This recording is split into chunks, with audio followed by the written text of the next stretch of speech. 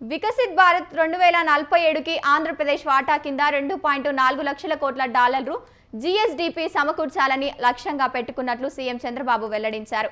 వికసిత్ ఆంధ్రప్రదేశ్ లక్ష్య సాధన కోసం చతుర్ముఖ వ్యూహం అనుసరించనున్నట్లు ఆయన ప్రకటించారు. నిన్న ఢిల్లీలోని భారత్ మండపంలో ప్రధాని మోదీ ఆధ్వర్యంలో జరిగిన నీతి ఆయోగ్ 10వ పాలక మండలి సమావేశంలో ఆయన స్వర్ణాంధ్ర వికసిత్ భారత్ 2047పై బ్లూ ప్రింట్ను సందర్శించారు. సారవంతమైన భూములు, సుదీర్ఘ తీర ప్రాంతాలు, విస్తారమైన ఖనిజ సంపద, పర్యావరణ వైవిధ్యమే ఆంధ్రప్రదేశ్ బలాలని వెల్లడించారు. తూర్పు భాగంలో ఉన్న సుదీర్ఘమైన తీర ప్రాంతాల్లో ఆంధ్రప్రదేశ్కు భౌగోళికంగా కలిసి వస్తుందని, దీన్ని ఆధారంగా చేసుకుని రాష్ట్రాన్ని ఆగ్నేయాసియా ముఖద్వారంగా మారుస్తామని ప్రకటించారు.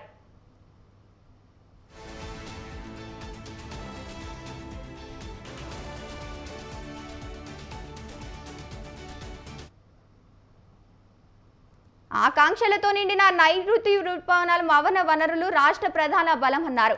దేశంలో అందరికంటే ముందు సాంకేతికతను అందిపుచ్చుకోవాలని ద్వారా తెలుగు సమాజం ప్రపంచవ్యాప్తంగా విస్తరించి బలమైన ప్రభావం చూపుతోందన్నారు.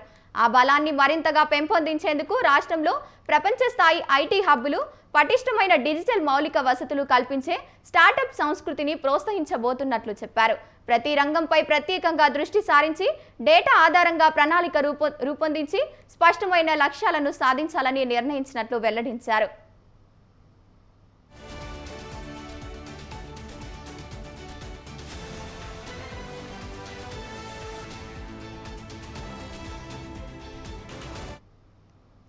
ఆంధ్రప్రదేశ్ భవిష్యత్తు ప్రస్థానాన్ని చాటిన ఈ బ్లూ ప్రింట్ను ప్రధాని మోదీ ప్రశంసించారు.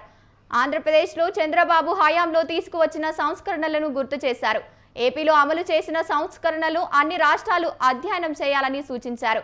చంద్రబాబు ప్రదర్శించిన బ్లూ ప్రింట్లో చాలా అంశాలు ఉన్నాయని చెప్పారు. అవి ఇతర రాష్ట్రాలకు పనికొస్తాయని ప్రధాని పేర్కొన్నారు.